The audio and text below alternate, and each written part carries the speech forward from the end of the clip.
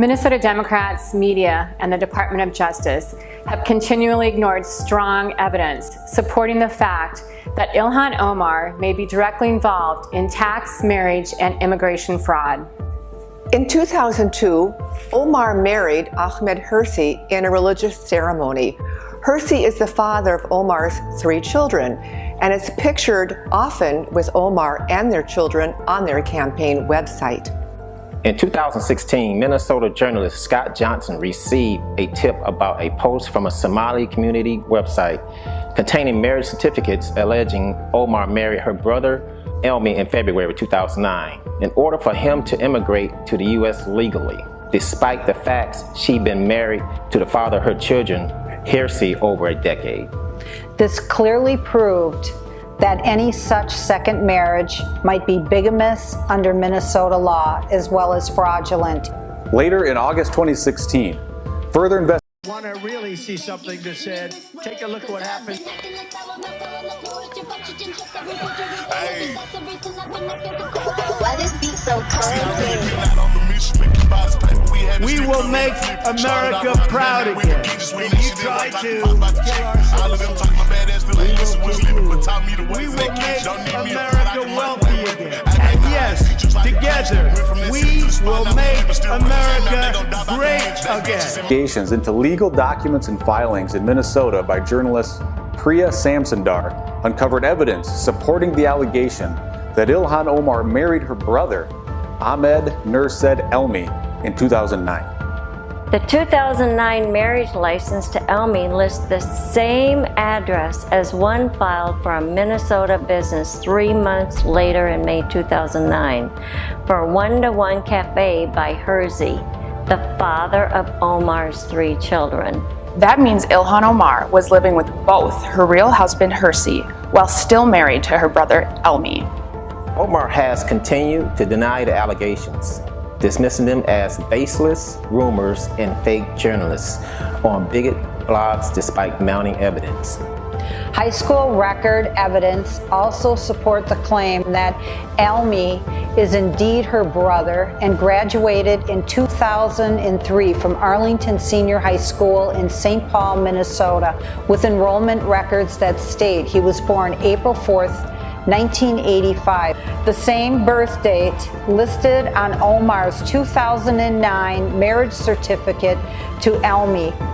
As troubling details mounted against Omar, members of the Somali community were threatened into silence through intimidation tactics and physical violence on themselves and their families still back in Somalia. In an obtained Facebook Live video from August 18, 2016, a woman identified as the Associate Chair of the Somali American Caucus speaks. And in translation, she states in plain terms that any Somali that talks about Omar's personal life, including marriage discrepancies, is an enemy of the Somali community. Credible sources in the Somali community have stepped forward and provided Alpha News with information in exchange for anonymity, along with members of the 2003 class have also identified Elmi's father as Nursed Elmi Mohammed, the same man who calls himself father to Ilhan Omar. Oh boy. Boy, oh boy, oh boy. I'd say our country should be more fearful of white men across our country because they are actually causing most of the deaths within this country. I would say our country should be more fearful of white men across our country because they are actually causing most of the deaths within. You just can't make that up, you know. You just can't. I tell y'all, family, I couldn't wait to get into this, man. Oh, brother, what do we have on the show tonight? The feds have identified Ilhan Omar's brother. Oh, hell. All right, let's check this. Abundant hypocrisy of the left. And here's the meme of the day, brought to you by 5mind.com. Oh, I gotta tell you, it's probably getting real awkward in the Ilhan Omar household right now. You know, you could even say that it seems as though the walls are closing in. But obviously now, as the Somali community in Minnesota is under a little bit of a political microscope, let's call it, well, that's now brought some old allegations, especially relating to the conversation about marriage fraud and immigration fraud. Well, that's now brought up an old conversation conversation relating to Ilhan Omar and the accusation that she helped her brother engage in immigration. And I told y'all all this was going to come back into the spotlight, especially with all the fraud, corruption, and the biggest scandals and everything that's going on down there in Minnesota. You know, with everything that's being exposed right now in Minnesota and with the Somali is, I'm telling y'all, man, I told you, didn't I say, I said this a couple shows ago. Watch how this all blows up again. You know, people already mention it every single day. I said, watch how this all blows up in the spotlight again. And look where we're at. Fraud by marrying him, essentially setting up a phony marriage to game the immigration system. Well, I guess you could call it a renewed focus on an old scandal. And now, according to Benny Johnson and some of the insiders that he's speaking to, apparently the Trump administration is sitting on troves of evidence that explicitly prove that Ilhan Omar indeed married her brother to commit immigration fraud. Well, the topic's coming back to light, and this issue might actually come to the forefront if they have enough to bring charges. Let me show you guys exactly what's going on. We got some stuff to get into, so let's roll the tape. All right, folks, so take a look. Maybe I'll break a little news on this. I'm pretty close with a lot of people at Homeland Security, and allegedly there's a considerable amount, demonstrable amounts of evidence that the government has that proves this. And perhaps they're like trying to figure out which way to go around it. I know it's got to be a touchy issue, obviously, you know. But what do you say to this, Congresswoman? A little too touchy for family, but you know, in Congress, it's going to be really difficult to have a real investigation like we should. Look, Nancy Mace bravely put a privileged resolution on the floor condemning the remarks made by Ilhan Omar. And Ilhan Omar was trying to troll everyone in the process leading up to the vote. And she just simply wanted to censure her. She said, you should not be on the Foreign Affairs Committee with the rhetoric that you have. And then, of course, it went against our Congressional Code of Ethics that we agree to when we are signed in as members of Congress. You have a code of ethics? You have a code of ethics that says you can't marry your brother? You know, that might need to be put in, but we definitely have a code I think that's of in the ethics. Bible, yeah.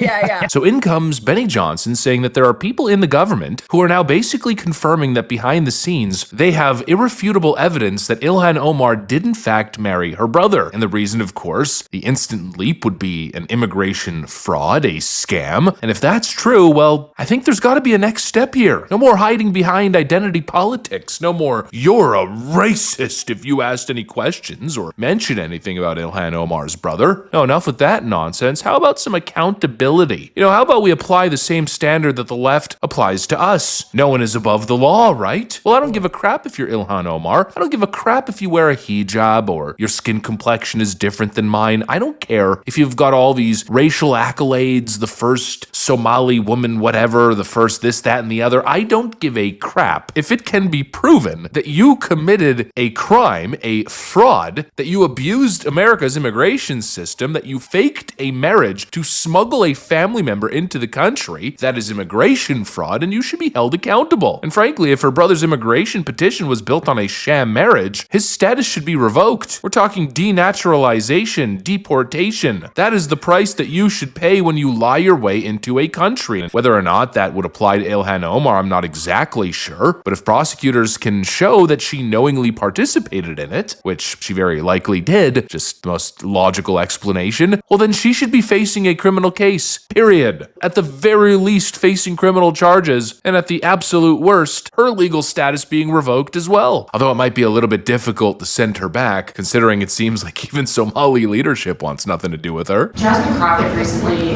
Jasmine Crockett. Remember what I said? Is she a relation to the late great Davy Crockett? I don't think so. Jasmine Crockett, let me tell you, before you even ask, she's a very low IQ person. I mean, if we ever had to pass an aptitude test, that's the one should take one because she shouldn't even be in the crowd. So I have no idea what you're going to, but I don't think we should waste our time. This is a low IQ person who I can't even believe is a congressperson. Between her and Ilhan Omar. And I met the head of Somalia. Did you know that? Trump something else. He know what he be doing. Ilhan Omar. And I suggested that maybe he'd like to take her back, and he didn't want her. He said, I don't want her. But pure and simple, it really revolves around that exact concept. No one being above the law, and that applies to, yes, racial groups and certain demographics that the left loves to pretend are off-limits protected class. Doesn't exist. And of course, they're hitting us with the same routine relating to everything going on at the Somali community right now and all the fraud and abuse that's being exposed. All these claims that you're a racist. If you mention any of this stuff, you're a racist. You're attacking the Somali community, endangering immigrants. You're taking the actions of a few and then applying it to everybody else. Always with the same games, right? You're not allowed to be concerned about Islamic extremism because that makes you an Islamophobe. And then it affects the law-abiding people. Which, okay, you know, I'm not out here to make people feel bad or to attack people, but at the same time, I'd rather not be playing these guilt-tripping games from the left when we're talking about some pretty serious issues here that seem to be rather systemic within certain communities. And that's exactly what's going on with this Somali community. You know, I think Trump's response basically hit the nail on the head. Hi, sir. Happy Thanksgiving. Hi. What do the Somalians have to do with this Afghan guy who shot the national? Nothing, but Somalians have caused a lot of trouble. They're ripping us off for a lot of money. There's a tremendous amount of money going back to Somalia. What the hell are we paying money to Somalia for? But they're ripping off our country at a level that few people have been able to see before.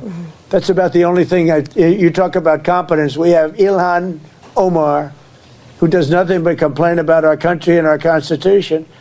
And she comes from a country with practically no country. It's devastated, it's crime-ridden, it's a mess, it's a disgrace. And we took their people at a tremendous... We're not taking their people anymore.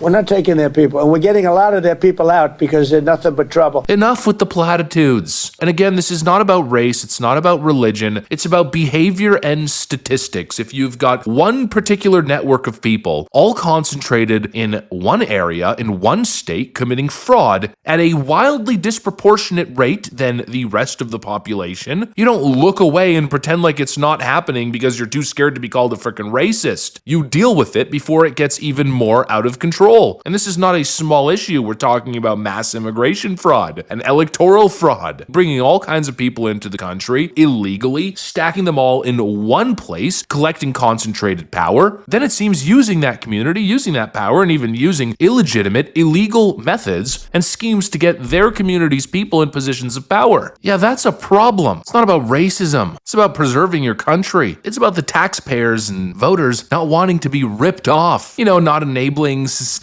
political corruption and the violation of American sovereignty. It's about having basic standards, and one of them should be not accepting a group of people coming, milking the system, and then sending all those monies back home to land in the hands of corrupt politicians and terrorist organizations. Anyways, that's pretty much what I got for you guys. I'll tell you, man. You just can't. Honestly, sad to see how all this has made it this far, man. So many have not been held accountable. Boy, oh boy, oh boy.